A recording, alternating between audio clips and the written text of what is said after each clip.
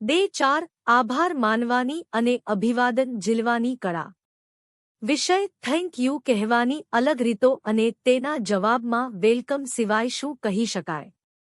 1. Welcome અને quick recap. નમસ્કાર મિત્રો. ડે 4 માં તમારું હાર્દિક સ્વાગત છે.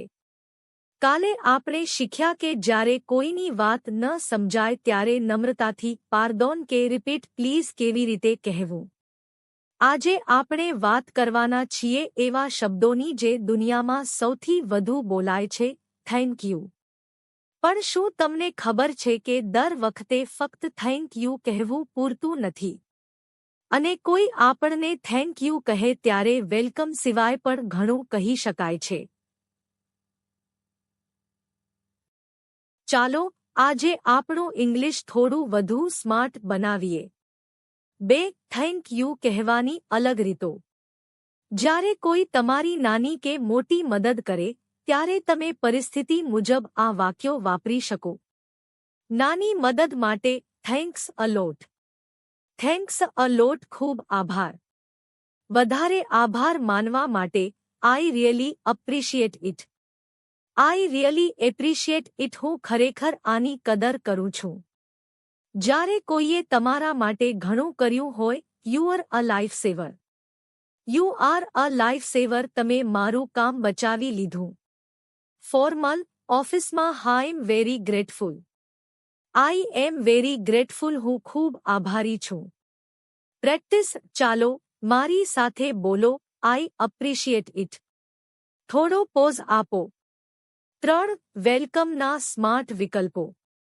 મિત્રો, જ્યારે કોઈ આપણને થેન્ક યુ કહે ત્યારે આપણે હંમેશા યુ આર વેલકમ કહીએ છીએ. પણ હવે આ નવા વાક્યો ટ્રાય કરો. નો પ્રોબ્લેમ. નો પ્રોબ્લેમ. કોઈ વાંધો નહીં, એમાં શું? આ મિત્રોમાં બહુ વપરાય છે. My pleasure. My pleasure. મને આનંદ થયો. આ સાંભળવામાં બહુ રોયલ લાગે છે. એનીટાઈમ. એનીટાઈમ. ગમે ત્યારે યાદ કરજો, મદદ માટે તૈયાર છું. Don't mention it. Don't mention it. અરે, આભાર માનવાની જરૂર નથી. ટીપ. જો ઓફિસમાં હોવ તો માય પ્લેઝર અથવા યુઅર વેલકમ બેસ્ટ છે. 4. Situational role play. ચાલો 2 ઉદાહરણ જોઈએ. પરિસ્થિતિ 1. મિત્રો વચ્ચે. તમે, હે, થેન્ક્સ ફોર ધ પેન.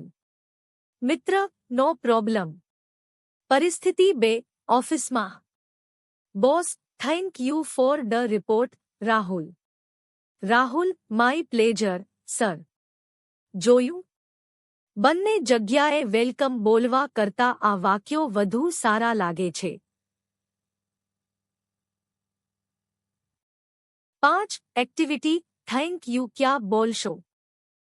હવે હું તમને અમુક સ્થિતિ આપીશ. તમારે વિચારવાનું છે કે તમે ત્યાં શું બોલશો. રસ્તામાં તમારો રૂમાલ પડી ગયો અને કોઈએ ઉપાડીને આપ્યો. તમે શું કહેશો? વિચારો. યસ. Thanks a lot. તમારા મિત્રએ તમને હોમવર્કમાં મદદ કરી. You are a life saver. તમે કોઈ માટે દરવાજો ખોલીને ઊભા રહ્યા અને તેણે થેન્ક યુ કહ્યું. તમે શું કહેશો? એનીટાઈમ. 6. આજનું લેસન અને હોમવર્ક. આજનો તમારો ટાસ્ક. આજે આખો દિવસ જ્યારે પણ કોઈ તમારી નાની અમથી પણ મદદ કરે ત્યારે થેન્ક યુની પાછળ આઈ એપ્રિશિએટ ઇટ ચોક્કસ બોલજો. અને જો કોઈ તમને આભાર માને તો નો પ્રોબ્લેમ અથવા માય પ્લેઝર કહેજો. કમેન્ટમાં મને લખીને જણાવો કે આમાંથી તમારો ફેવરિટ શબ્દ કયો છે. 7. સમાપન, આઉટરો. આજે આપણે આભાર માનવાની કળા શીખ્યા. કાલે ડે 5 માં આપણે શીખીશું કે કેવી રીતે કોઈની માફી માંગવી, સોરી કહેવું અને ભૂલ થઈ જાય ત્યારે વાત કેવી રીતે સંભાળવી. વિડિયો ગમ્યો હોય તો લાઇક કરજો અને શેર કરવાનું ભૂલતા નહીં. પ્રેક્ટિસ ચાલુ રાખજો, કારણ કે બોલશે ગુજરાત ત્યારે જ તો શીખશે ગુજરાત. આવજો.